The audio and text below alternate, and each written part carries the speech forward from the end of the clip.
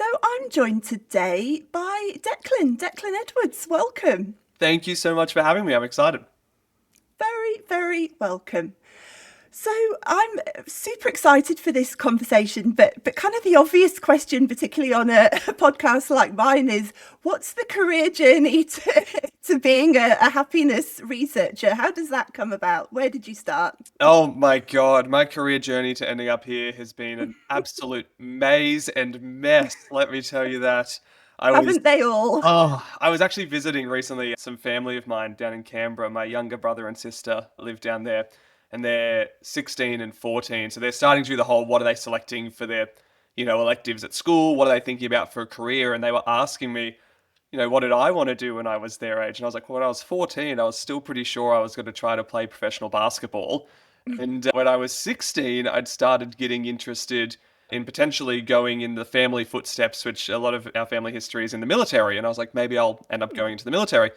Neither of those things played out. By the time I left high school, I remember going, okay, well, a lot of my friends are going to university. Maybe I should go to university. And I'd had a teacher at school say, oh, you write pretty well. Maybe you should look at journalism. So off I went and did the first year of journalism. And, in something that now makes a lot of sense looking back, I didn't see it at the time. I was writing a lot of positive news stories, like a lot of what's going well in the world and what are Okay. these good things that are Yeah. happening. And one of my tutors at the time at university kind of pulled me aside and said, hey, as a heads up, if you want to get a well paid job as a journalist, you probably need to focus on front page news. And Which is always the bad stuff. yeah, and she said, look, unfortunately, there's truth to the saying, if it bleeds, it leads. Like, Yeah. we need to look for pain, right, in the world. And I Yeah. went, geez, I don't know if I want to dedicate my life to elevating those sort of stories. So, on a whim, decided to change degree from journalism to health and was studying health. And the more I learned about health, the more I went, for a lot of people, and for myself and a lot of people I was meeting, the gap wasn't so much that we don't know what to do to look after our health. I don't think it's a knowledge gap a lot of the time. Like, we largely know that we should probably move our bodies a bit more, we should sleep well, and we should drink water and eat relatively well. The gap was normally behavioral or psychological. And I went, oh, well, that's something I haven't learned a lot about. Can I go down there? And at the same time, I'd found some great mentors and coaches myself. And it almost seemed like they all had this toolkit for a better life that I'd just never been exposed to. They were talking about things like emotional intelligence and compassion and empathy. And I'm like, yeah, I've heard of these words, but I don't feel like I've learned anything about them. Where did you guys learn all this? And they all started talking about the field of positive psychology. So, an evidence based research field that was focusing on how do we study what makes life worth living? How do we study what's good in human beings and good in the world? And how do we help people, have really evidence based, strategic, and practical tools to feel like they're living a little bit more intentionally with themselves and they're creating a life that's a bit happier. And I went, oh, so what does that mean? And I said, well, basically it's happiness science. And I went, sign me up. I wish I'd Yeah. learned about this 10 years earlier. Like, how am I only learning about this now? And thankfully, there was a postgraduate degree being offered in Australia that you could go into. Get this, it's again, looking back, it was meant to be. If you had an undergrad degree in education, business, allied health, then you could go into this postgraduate degree in positive psychology. Lo and behold, I just finished this undergrad degree in health science and went, does this mean I'm eligible? And of course it did. So off I went and just fell deeply in love with, positive psychology is now one of 5 modalities we use at my social enterprise BU Happiness College. But I just have fallen so in love with understanding happiness, something that I think all human beings desire, but understanding it from a lens where it's pragmatic and practical and skills oriented Mm. rather than something esoteric as like, oh, hopefully one day we'll be happy. Yeah, it's so true, isn't it? And I think it does go back to so much of that schooling and as you're coming out of school and university. And I do wonder, I mean, I guess it's easy for me to say it was a long time ago that I was at school and I don't have kids, but I do wonder whether there should be more like life-based skills taught in school, even just certainly things like, practical applications of happiness 100%, but also, financial planning and things that people are actually going to use in life. It would kind of make sense to me, but 100%. And look, there's starting to be, which I'm excited about. Like, the more I yeah. talk to it, we've done a bit of work in the education sector, and we're now hearing about basic financial literacy starting to be taught in schools. We're seeing things like Mm, mindfulness being taught in schools. So there's some yes. movement there, which is good to see. I think it's about time because realistically, yeah, a lot of our current education system was built around the Industrial Revolution. It was built into Yeah. how do we teach people the skills to be good employees, not how do Yes. we teach people the skills to be good human beings. And I think Yeah. that's what I'm more interested in now. It's why I opened a happiness college, right? Is like, how do we teach people the skills to be a genuinely good human being?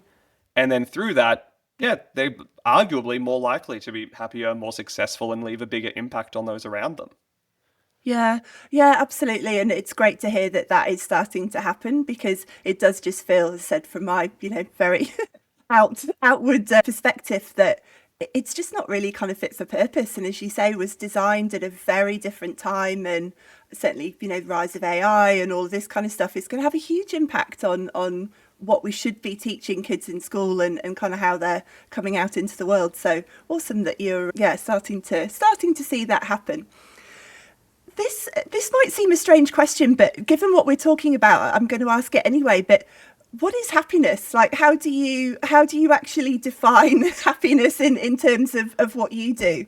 I'll reassure you first, it's not a strange question. I would actually argue it's one of the most human questions that we have because, oh my Emma, we have been debating the answer to the question, what is happiness, for about Well, three and yeah, a half thousand years, right? Like we can go back to the ancient Greeks and you have Aristotle and the Stoics going, oh, well, a happy life is a virtuous life. It's living in alignment with your values, it's being contributing to others, it's being helpful and moral, which I think is all fair and good game. mm, And at the same time, we have this other group called the hedonists at the time arguing, no, a happy life is as minimal pain as possible and as maximum pleasure. Like it's sex, drugs, and rock and roll. Like that's, if you want a happy yeah, life, that's how we get there. Which, look, maybe there's some elements to be true. Maybe we could disprove some of that.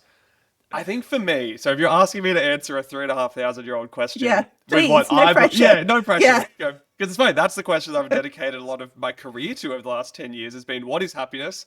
And then how do we get more of it? So I will mm, say to everyone listening, first and foremost, take my answer to this question with as much of a grain of salt as you want and recognize that I'm seen as, through my work, thankfully seen as an expert in happiness, but I'm not an expert on you and your life. I never will be. mm, And I don't think anyone has the one size fits all answer to what a happy life looks like for 8 billion people. yeah, There are some common elements, but you do need to put your own little spin on it. For me personally, I've come to believe that I experience happiness most fully when I have a really healthy relationship with who I am and where I am right now in life. So that's learning to be more compassionate and kind to myself. It's learning to have more acceptance and gratitude for the current challenges that I face and the current situations I'm in. And at the same time, whilst I'm having this great relationship with myself in this chapter of life, a big part of happiness for me is also having something meaningful to look forward to. And I mm, find if I lean too much into either of those, sometimes I call it my inner CEO and my inner monk. My inner monk yeah, is all about being present and mindful and grateful and compassionate. But if he takes the wheel all the time, I'll admit I get a little complacent sometimes, right? And on the mm, other side, I've got this inner CEO, which is very driven, very focused on impact, very focused on what are the big goals I want to reach? What do I want to achieve? And if he only takes the wheel, then I often find myself getting stuck in like kind of a never enough thing. I'm always chasing the next accomplishment yeah. and never feeling good where I am. So for me, happiness is experienced when I can get those two parts of myself to work together and not be fighting each other. That's Mm. happiness.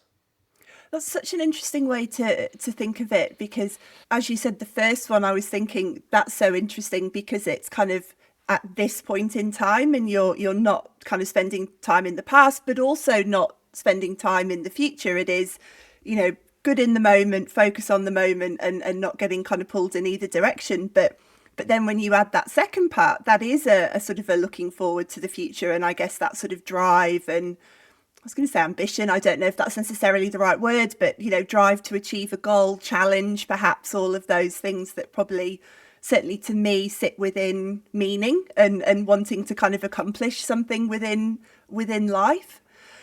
The other side, I guess, of happiness and certainly the way that you're sort of talking about it there is that is happiness a skill? Like, is it this kind of floating thing that's kind of out here, or is it something that we can learn and kind of take a bit of ownership of in our own lives? Yeah, so this was one of the most profound changes in my understanding of happiness when I first started learning about positive psychology was realizing that happiness is something that people can get better at. Now, I'm not going to say that external circumstances have no impact on Mm, happiness. I don't believe that to be true. We know for a fact that, the quality of our relationships around us is a huge impact on our happiness. We know for a fact that the work that we do for a living has an impact on our happiness. Where we live has an impact. Our financial stability has an impact. These all have impacts. But we often, as a society, overestimate the impact that external forces have on happiness mm, and dramatically underestimate the impact that our internal skills have on happiness, which leads us to kind of always chase happiness around the next external change, right? It's I'll be happy when I change yeah, jobs, when I get the promotion, when I get the pay yeah. rise. Like it's always chasing. When I had this sort of shift in my perspective on happiness to go, well, hang on, yes, that matters, but it doesn't matter as much as focusing on what's inside of me, the skills that I've built over the years, because those skills will last with me no matter whether I get the promotion, the pay rise, the change job, whatever it is. I'm a huge fan of the saying, no matter where I go, there I am. Right? If I'm gambling Oh, I on I'll be like happy in that. the next relationship or the next job, Yeah, I've got news for you. You're bringing yourself to that next relationship or the yeah. next job. You're kind of stuck with yourself, right? And so to go, well, what skills do I have that I can bring with me no matter what life throws at me? And we know that these skills, they used to be called soft skills. We try to now call them human skills or happiness Mm, skills. Skills like emotional intelligence, skills like self awareness, skills like yeah. effective communication and relationship building. These skills are so correlated with people saying that they live happier, more fulfilling lives. But interestingly, they're also remarkably correlated with being more quote unquote successful. Like Mm, people tend to perform better at work and in various parts of their life when they've worked on these skills. So I found that really empowering when I learned about that to go, okay, yes, the external changes still matter, but I'm going to focus on internal change first, building these internal skill sets that are correlated with happiness, and then use those as a competitive advantage to then lead to these mm. external changes. And like from the outside looking in, some of the things I've been blessed to experience over the last 5 years in particular of my life, I never would have guessed that I'd got to achieve, but it happened because I'd spent so long working on figuring out who I am, figuring out what my definition of happiness is, and then building the skills to allow me to then make those changes in a more sustainable way rather than getting stuck on that I'll be happy when kind of track. I think that's huge, that I'll be happy when. And the other thing that you said there that really resonated both with me personally, because I've experienced it, but also through the work I do with my clients as well, is you said defining happiness for yourself. When I'm working with people, for me, it's kind of defining success for themselves. But I think that absolutely then flows into happiness. And for a long, long time, I was super guilty of, I called it kind of nextism, like you said before, I'll be happy when, or I'll be successful when. And it was always some future goal, because as soon as I achieved it, I was on to the next. And I spent a long time doing that. And I guess in some ways you could argue that it served me well. It certainly drove me. But would I say that it was a particularly clean fuel? No. I think you kind of get to a point where you're like, I'm not sure this is actually doing me any good.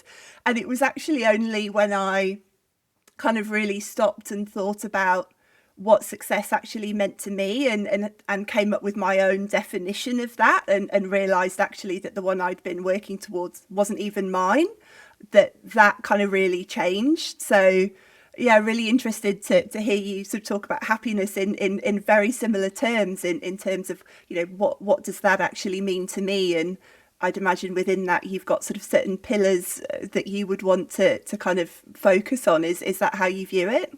Yeah, so maybe not so much certain pillars, but I do kind of two approaches here with my happiness. One is there are different parts of my life that require different amounts of focus at any given time. Sometimes I use Mm, the analogy of life is a series of plates spinning, on yeah. sticks, and sometimes the plates are spinning really well and they don't need too much input from me. And other times the Does plates that are happen very often? no, right. And then sometimes the plates are very wobbly, and I'm like, okay, we got to do some stuff here. So, like, we look at what are the big plates, for me, my career, my business, my marriage. I'm about to become a parent for the first time. That's going to be a big plate. Congratulations. Thank you. My health, my own development and well being, my, Mm, my impact on others, right? These are the plates that we can look at. And so I'll try to just go, okay, well, which areas need more focus and love? And then the areas that need more focus, what skills do I need to bring to them? And that brings me back to those internal skill Mm, sets that I've built over many years, right? So is it I need to bring a little bit more self-awareness? Is it I need to bring a little bit more self-compassion? Is it I need to bring a little bit more leadership and impact? Is it I need to bring a bit more decisiveness? Do I need to bring a bit more productivity skills? Right? These skills, where's the gap essentially? Like where is the skills gap between what's going on currently in that area of my life and what I would ideally like to progress towards? So it puts me very firmly in the driver's seat, which mm, can feel intimidating at times. I cannot tell you the amount of times in coaching sessions we've had members at our college go, yeah, but why is it me who needs to have the clearing conversation with a family member? Or why is it me who needs to drive that project yeah. forward? Or why is it me? I'm like, yeah, because you're the one who's at a happiness college learning these skills. Like, with great Yeah. power comes great responsibility. Like, Yeah, absolutely. you've Yeah. learned these skills, use them. And Mm, that is can be confronting, but God, it's freeing as well to go, okay, I have the power inside of me. I have the opportunity here. I have the skills to actually make a pretty profoundly positive difference, yeah. not only in my own life, but in the lives of those around me. Like, I'm such a believer in the ripple effect of happiness. When people learn the Mm, skills and science of happiness, it doesn't just make them better. It doesn't just make their life better. They tend to become what we call in the research more pro-social. So mhm. people who learn the happiness skills are more likely to be generous. They're more likely to be charitable. They're more likely to be giving of their time and energy and resources to others. And it creates this beautiful ripple effect that I genuinely believe makes the world as a whole happier. It's the reason why at our college, our vision is to grow global happiness. And from day one, we've been like, how in the world are we going to change the happiness of a whole planet with a small team based in Australia? And I think it's the ripple effect, right? Yeah. I One guarantee person at a time. Yeah. 100%. I guarantee Yeah. there's going to be people listening to this conversation that we're having who will learn one or two things that stick with them, and hopefully they go practice it. And then I get to be real cheeky and not just count their life towards our ripple effect and tally, but all their family members and friends and Yeah. colleagues. Right? Yeah, it's so true. I mean, it's fundamentally the reason I started this podcast, actually, but perhaps slightly more so with a career lens that, someone hears an insight or hears about someone's journey and takes that on board and changes something and it makes an impact on their life. But same principle, you can change one small thing within yourself and that can have a fundamental change, as you say, not just on you but on those around you, certainly family members, partner, etc., but in the workplace as well, and hopefully outward the ripple goes. And for me, that inspires a lot of hope. Right? I think Mm, we live in a time where it can be easy, particularly with how much bias we have in media and technology towards the yeah. negative in the world. To loop back to the start of my career journey, right? That media Yes. bias that we have. Yeah.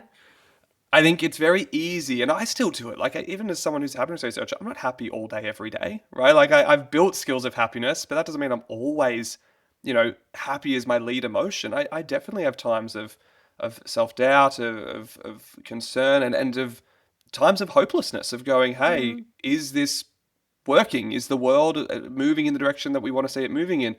I think there is something so hope inspiring about being reminded consistently that we all have the potential and the ability to make a little bit of a difference. yeah. And if we all make a little bit of a difference, well, that adds up to be a lot of bit of a difference, right? And Yeah. then I don't know. For me, that's when I get to the end of my career, when I get to the end of my life, I want to be able to look back and go, it mattered in some way. Mm, And yeah. the way I gauge whether it mattered is what impact did I leave behind? What difference did I make? And we Yeah. all have the potential to do that. Yeah. And as you say, I think it's very easy to kind of look outwardly, globally, certainly through the media and social media as well. I'm sure has a huge impact, and kind of it does all feel a bit negative and it all feels like everything's just going wrong, and it can be very easy to kind of get sucked into that. But then I also think when you actually look at it more on an individual level, or more from the perspective of your own life, you're like, well, it doesn't actually feel that way, so maybe I won't focus so much on that. Maybe I'll just focus on my own little kind of sphere of influence and do what I can within that. It does feel like a healthier way to live, probably. Yeah, and even if it isn't getting caught up in like, everything's going wrong, how easy is it to get caught up these days in comparison?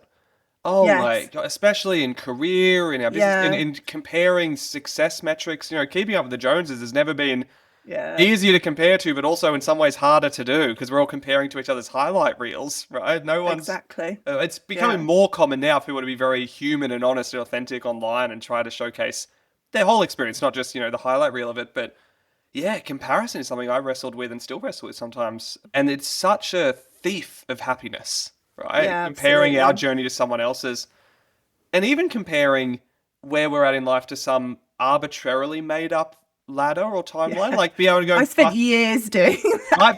by X age, this is meant to happen, or I'm Yeah, this far into my career, so I should be doing this, or I've been working at this company for this. Like it's all made up. And I yeah, remember someone pointing out to me once, so like think about how many decades of our life we put into climbing a career ladder. And did we ever ask at the start of it whether the ladder is leaning against the right wall in the first place? yeah. And I think so many people, and I've felt this at times, I've seen so Oh, many I've done people it. go, Yeah. climb the ladder, and you get there and you go, oh, that took a lot of effort. And then you go, shit, I don't actually like I it don't want to here. be here. Now I need to get off this ladder and onto the next one. Right. So I'd Yeah. encourage everyone, like, ask first, like, start with the vision in mind. What does a happy, and to your point for this podcast, what does a Yeah. happy and successful life look like to you? To you. Yeah. Yeah. I heard two things actually, but a great reframe of the career ladder recently, which I just loved. And that is that it's not a ladder, it's a rock wall. Oh, So that cool. you can go like left, right, backwards, across, diagonal. You can go in all different directions and you're not kind of just trapped in this up is the only way and that there is only one path to the top and that I guess at the top is meant to define success. But I think thinking of it like a rock wall to me just makes a lot more sense. And the other insight I've heard a few times that I really like to your point there about comparison is that, well, partly just because someone says everything's amazing doesn't mean that it's necessarily amazing, but the the underlying point being is that you don't actually know outwardly the price that they've paid to get there, and that the inside of their heads might be an absolutely horrific place to be, and the quality of their life as a result might be drastically affected. But by all outward metrics, they're incredibly successful and people kind of envy them. But would you actually want to be them? Would you actually want to have made the sacrifices that they have made to achieve that if you knew what those things were? Maybe not, probably not in a lot of instances.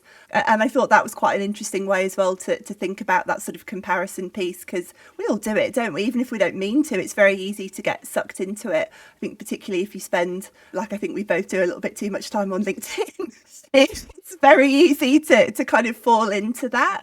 But yeah, I quite liked that kind of takeaway on it, that just because it might look a certain way, you don't know what it's potentially cost that person to get there. Yeah, and let me share some insight on that and promise you, as someone who's been fortunate enough to be welcomed into a lot of people's lives and to personally coach and mentor and work with them and to have them tell me sometimes things that they've never told anyone, not even their Mm, partner. I cannot tell you how many times I've met people, mentored people, coached people who are remarkably successful, but at the great cost of happiness. yeah. And I really have come to deeply believe in myself, and this might be blunt, but I do believe now that living a life of success at the expense of happiness is the greatest and most common form of failure. Mm. Now, that doesn't mean I don't think success is important. I think it's very important, but for me, it's start Not with at the cost. happiness. Yeah. Yeah, start with happiness and then let that fuel success. Rather than spending our life pursuing success, spend it cultivating happiness for ourselves and others, and let success be the byproduct of that. Yeah.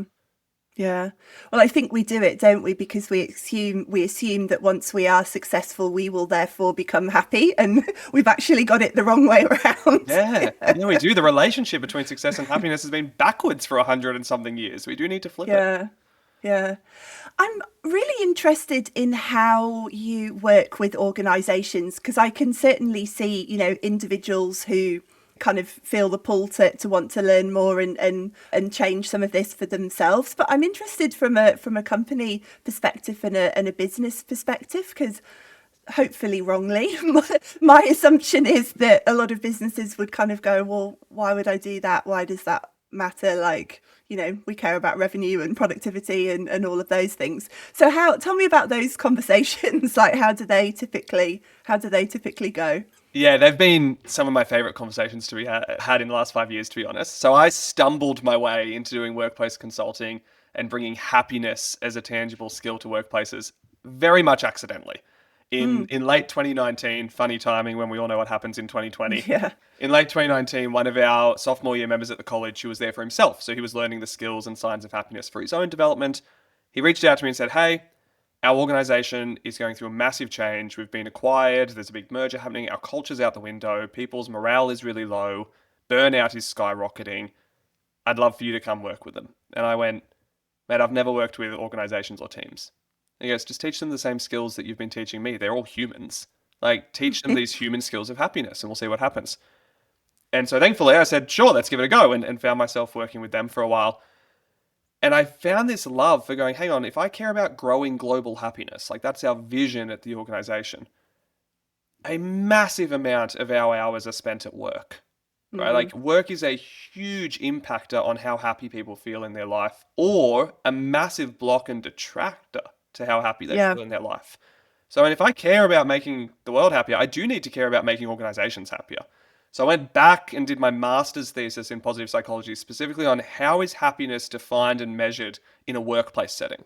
And is it a strategic competitive advantage to do so? And what I found really inspired me. You mentioned there, people having conversations like, why would we care about happiness? We care about productivity, performance, recruitment, right? Revenue, profit. And what I found in the research is if organizations and leaders genuinely care about all those things, they need to care about happiness.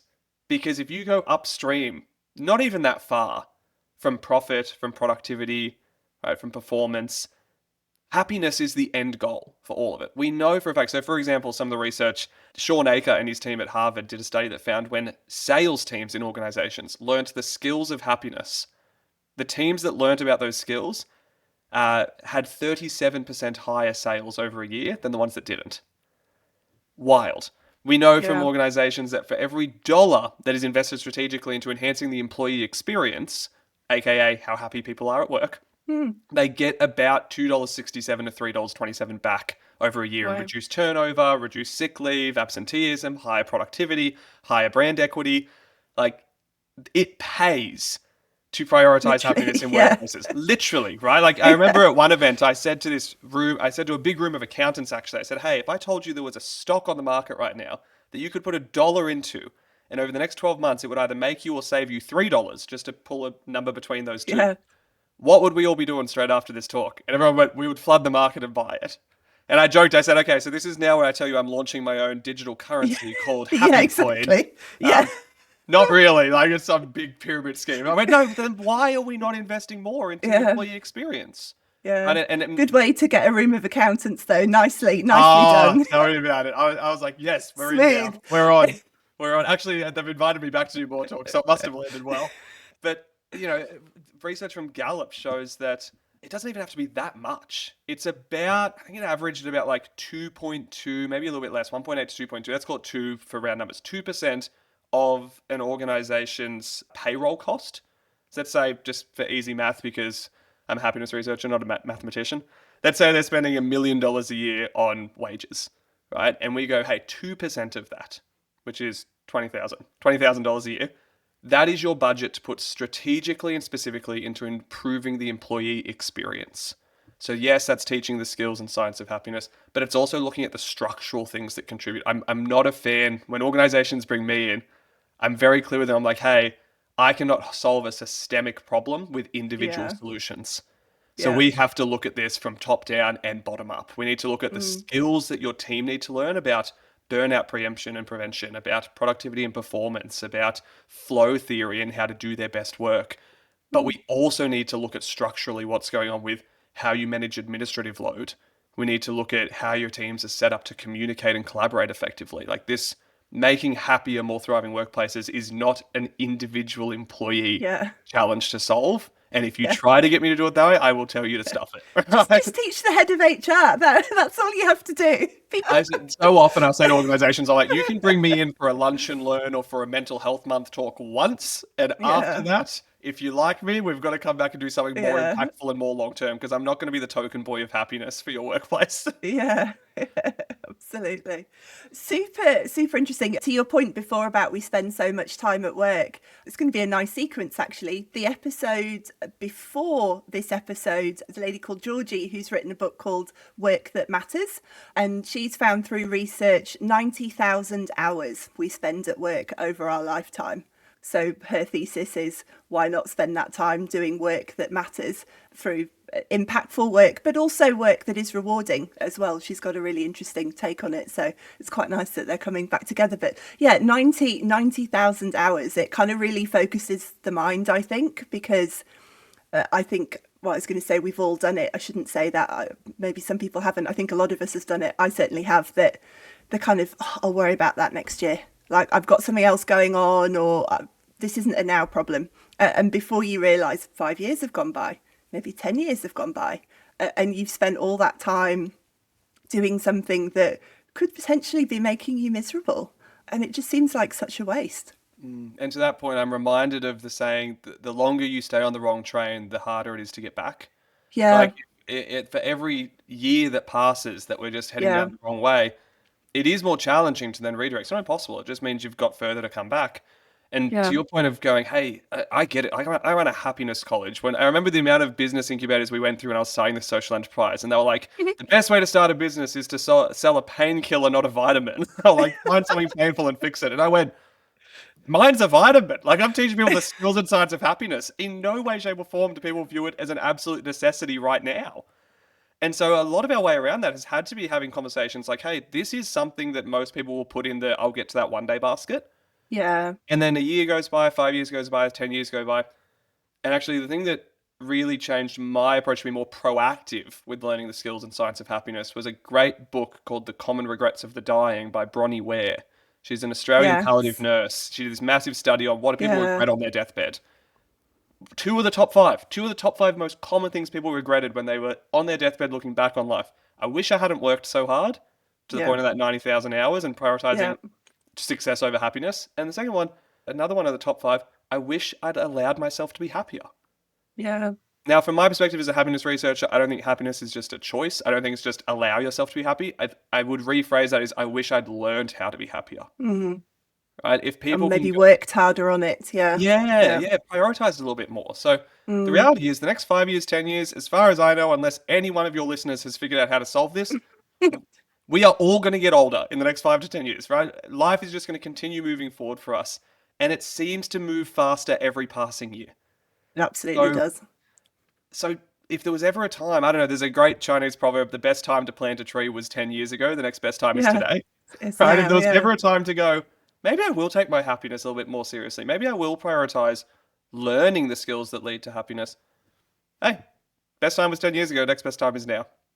yeah, absolutely. I do think there is a shift though, and I wonder if it's part of the kind of, I don't know what to call it, the sort of personal development movement more broadly, kind of, personal growth movement that maybe even certainly 15 or 20 years ago, I think, talking about happiness would have been seen as potentially a bit kind of niche, I'm going to call it. But I do think it has become much more of a normal thing to say. Like, this is something that should be a part of your life and your toolkit and the skills that you kind of have. Do you see that shift? Do you feel it yourself? I do, and I see an expansion of even how we talk about happiness. Because I Mm, think in the early big run of like the 90s, early 2000s self help era, yeah. happiness was very individualized rather than collective. When we know now from the Mm, research that happiness, sure, it's created inside of us, but it's nourished between us, it's mm, nourished by other people. So we do need community and connection. In the 90s and early 2000s, happiness was often seen through a lens of deficit. What are you doing wrong and not doing well that you need to fix to be happier? yes. Now we're seeing a Yes. much more strengths oriented led of like, what Mm, do you do well? What are your strengths? What are your values? How do we do more of that? And I mm, think we're seeing it shift from happiness, in the 90s and 2000s era of self help was very esoteric, ambitious, and kind of seen through one dimension of just like, mm, being really joyful or successful. And we're now starting to see more happiness as a series of skills, as something that's evidence based and scientific, and also as something that doesn't always present itself as joy, right? Yeah. happiness is not just joy. Sometimes you'll feel happiness as contentment or Mm, peacefulness or trust or acceptance. Like there's all these other, or mm, pride. There's all these yeah. other expressions that fit under the happiness kind of emotional umbrella term. And Yeah. I think the more we've learned about that and the better that science has done at communicating those findings, because like I'll put my hand up, I'm not the world's best happiness researcher or academic. I think what I do quite well is take what's being found in the literature and academia and put it in a way that people actually give a shit about. Mm, yeah. Because Which is kind of important. the vast majority of, of academic literature is read. When I did my master's thesis, we're getting it ready for publication, and I looked up out of curiosity, how many people are likely to read this thesis once it's in a journal? And it was below 50. The Yeah. average academic journal is read by less than 50 people in its entire lifetime, which is wild to me because there's so much good research out there. So I think we've gotten better at going, hey, Mm, this is the way to approach happiness, which is evidence based, it's scientific, it's rigorous, and it's a little bit more, I find, encouraging than some of the early iterations of yes. self help, which were a little bit guilt and shame coded. Of like, you're not Yes. happy because you're doing it wrong. Do Yeah. better. Right? Yeah. Hmm. Yeah. I like your point on joy there, and of the words that you listed, the word that was in my mind as well, and I'm interested in your take on it, was challenge. I think as humans we're kind of hardwired to want challenge and to want something to strive for, and I think it guess goes back to that sort of, drive and ambition, but using it in a way which is perhaps a more positive kind of approach to it. That I think part of my kind of happiness equation is challenge, like is having something that challenges me. Do you see that in your own kind of approach to it, or in others? Yeah, Or and am I I might just super weird no, wanting it's very wanting unsure. challenge? I might add something to it which might help Yeah. make more sense for you and for the Yeah. listeners as well. So this comes from a field of research called logotherapy, which was pioneered by Dr. Viktor Frankl. He wrote a great book called Man's Search for Meaning. It's this idea that as humans we are hardwired with a desire for challenge. However, that challenge has to also be combined with a sense of meaning to it. It's meaningful challenge Mm, that we crave. And what we found through that is challenge that feels devoid of meaning. So it's like, why is this even happening? Why am I doing this? This feels yes. It's unfair just and hard unjust and and horrible. difficult. Yeah. Yeah, so challenge devoid of meaning feels like suffering, Yeah. but challenge that is combined with meaning feels like growth. And Mm, growth is a real core human desire and value to feel like we're progressing and growing and improving in some way. So to that point, we can reverse engineer and go, well, if growth is important to us, it means we also need to give a shit about challenge, but we need to make sure that challenge is wrapped up in a real sense of personal meaning, which again comes back to our earlier conversation. mm, Know what success and happiness looks like to you, because that's where you'll mm. find meaning. Yeah. For someone listening to this, obviously they should go and follow you and look at all the things you do and listen to your podcast, etc. But if there was and I know it's not as simple as this, but if there was one thing, or maybe not one thing, a starting point that you would suggest to them, what would that be? Yeah, so this is the question I asked myself about 2.5 years ago when I started writing my book on happiness, which is coming up. So it's coming out soon. I went, okay, I teach 70 skills of happiness at our college, at BU Happiness College. There are 70 distinct skills. It's very hard to teach 70 skills in the length of a podcast episode Yeah. or the length of one book. Like I'd have to Yeah. write, a few tomes, like the British Encyclopedia, to cover them all. And so I found myself asking, well, what are the most important five? And then to that point, what's the most important one to start with? And thankfully for me, there's been a lot of consensus amongst researchers over the last 30, 40 years on what is the most important skill of happiness to start with, which makes the rest a little bit easier to access and a little bit more effective to implement. And that skill is emotional intelligence. Now, Mm, even that, I would argue emotional intelligence is actually a series of skills. So if we yeah. then go even more granular and go, well, what does it mean to be intelligent with our emotions? The most important from my perspective is emotional awareness and literacy. And it's a huge gap that most of us have, even as functioning, Mm, capable adults. yeah. Our ability to recognize and name distinct emotions Yeah. is really low. Really Mm. low. I remember learning from Brene Brown, who's one of my heroes in this space, a great researcher, that the gold standard for emotional awareness and literacy is we should all be able to recognize and name 30 distinct emotions. God, I couldn't get anywhere near Tell me Betty. about it. I'm a happiness researcher. When she said that, I went, can I get there? Like, I've dedicated 10 years of my life Five? to I this. don't know.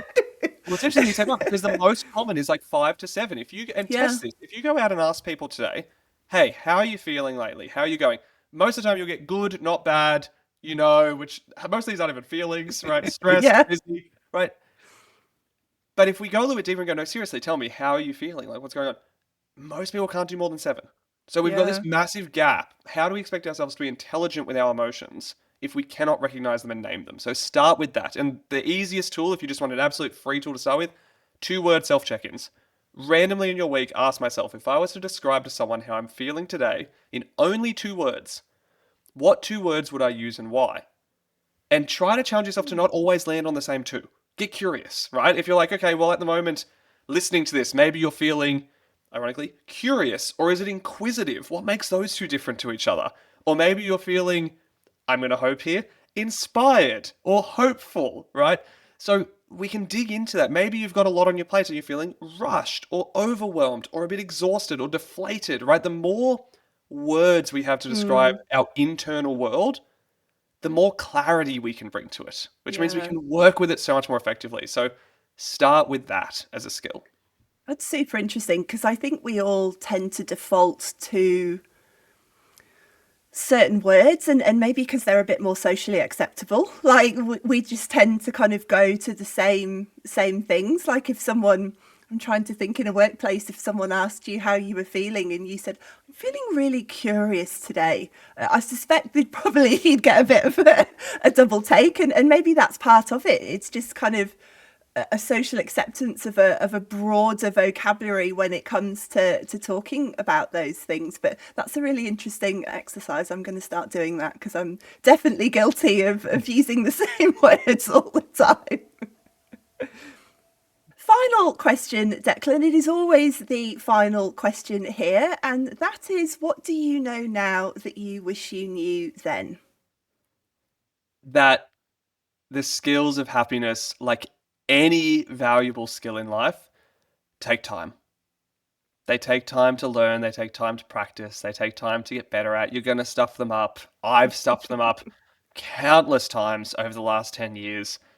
And that's kind of the point, right? Like if you're learning a Mm, language, you know that you're going to stuff up your sentences. If you're learning a musical instrument, you're going to play some wrong notes. When it comes to learning how to expand your emotional literacy, like we just spoke about, or mm, learning to be a bit kinder to yourself, or bringing more clarity to your vision for what a happy, fulfilling life is on your terms and other people's, that's not going to happen overnight. It's not going to happen smoothly.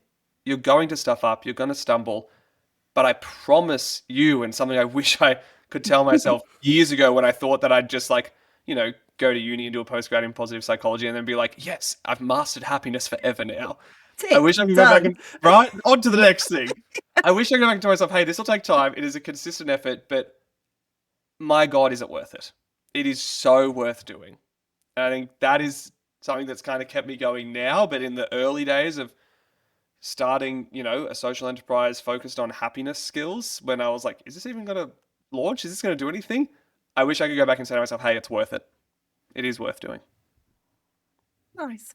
Thank you. I think that's a really nice place an inspirational place to finish.